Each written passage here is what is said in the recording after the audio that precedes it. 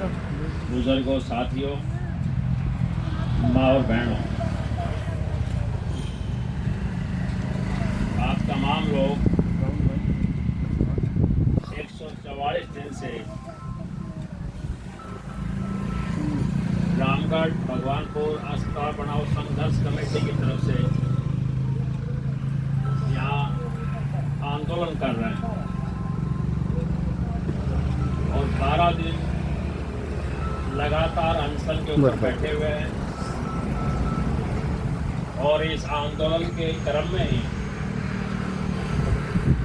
आज मैं और मेरे साथियों के साथ आज अनशन पे हैं और इस अनशन पर बैठने की प्रेरणा हमें बुजुर्ग गौर सिंह जी से मिली। जब इतने उम्र दराज आदमी अनशन पर बैठ कर के मांग कर सकते हैं तो हम तो इनके सामने कुछ भी नहीं है।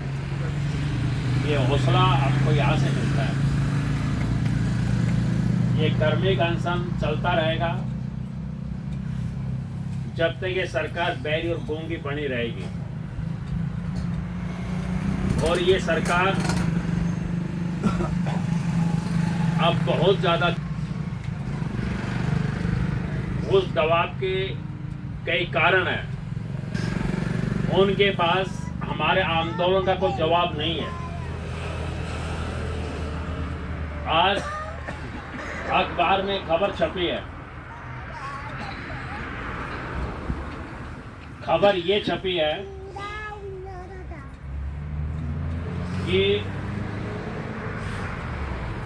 जो रेवाड़ी का RW है, रेवाड़ी के जो शहर में रहने वाले जो नागरिक हैं उनका जो संगठन है उसको RWA बोलते हैं। और कुछ और लोग मिलकर के डीसी को ज्ञापन इस बात का देंगे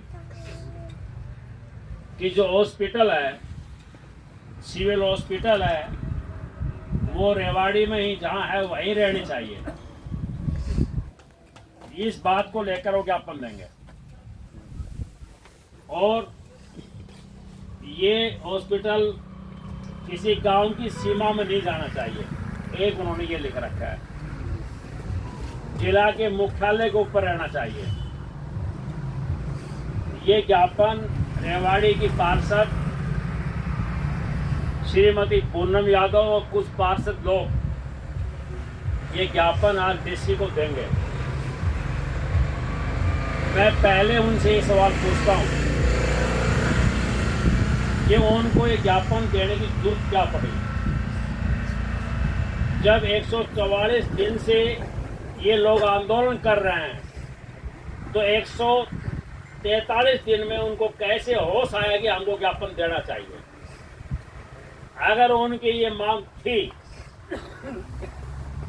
भगवानपुर NH 71 के ऊपर हॉस्पिटल बनाया जाए, ये मांग तो 143 दिन से चल रही है। उनको कैसे ये शौपन आया, कैसे उनकी नींद खुली कि हमको ज्ञापन देना चाहिए? ये महत्वपूर्ण सवाल है, ये समझने की बात है। उस ज्ञापन का एकमात्र उद्देश्य है, या तो बहके हुए हैं उनसे ज्ञापन दिलाया जा रहा है, नहीं तो एक बात हम पूछते हैं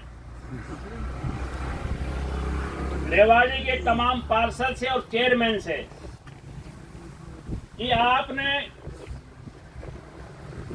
जब भगवानपुर गांव में 10 एकड़ जमीन दी रेवाड़ी शहर की प्यास बुझाने के लिए,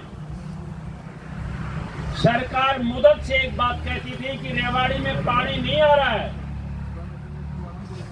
एक ही बात कहते थे, कालाका और निशाना में जो वाटर वर्क्स बने हुए हैं वो छोटे हैं और में पानी नहीं नावड़ता, हमारे पास पानी की व्यवस्था नहीं है, इसलिए और जमीन कहीं मिल नहीं रही।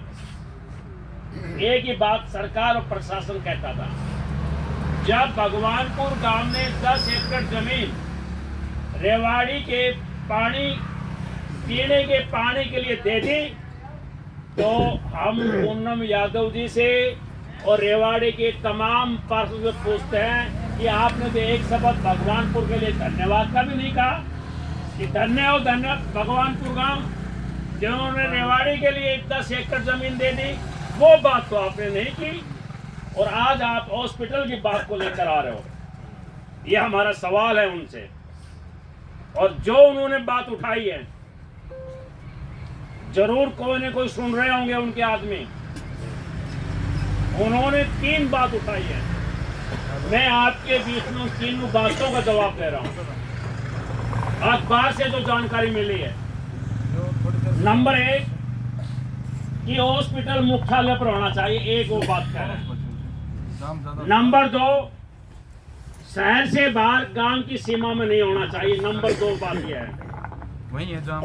नंबर 3 वो कह रहे हैं कि हर शहर में होने से हर रूट उससे जुड़ जाता है।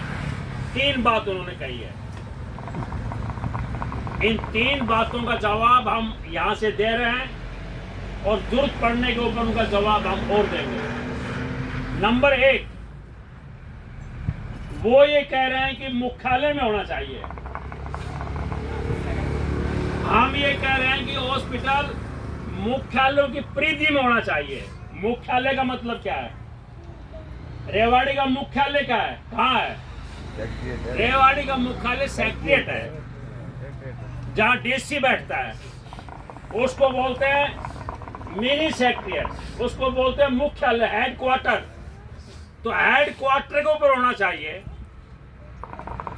बात ये नहीं है। हेडक्वार्टर का मतलब सेक्रेटरीट की छत पे बना हॉस्पिटल, उसका मतलब तो ये है।